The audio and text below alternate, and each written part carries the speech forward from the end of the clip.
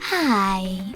In front of me is TECNO Camon 18 Premier, and today I would like to show you where you can access all your downloads. First of all, you need to find an app called Files. When you find it, click on it. Then tap on Browse at the bottom in the middle if it's not already on. Last but not least, select Downloads category. As you can see, all my downloaded files are over here. To access one, just click on it.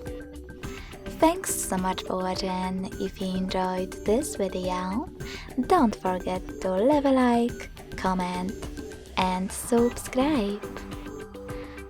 Bye!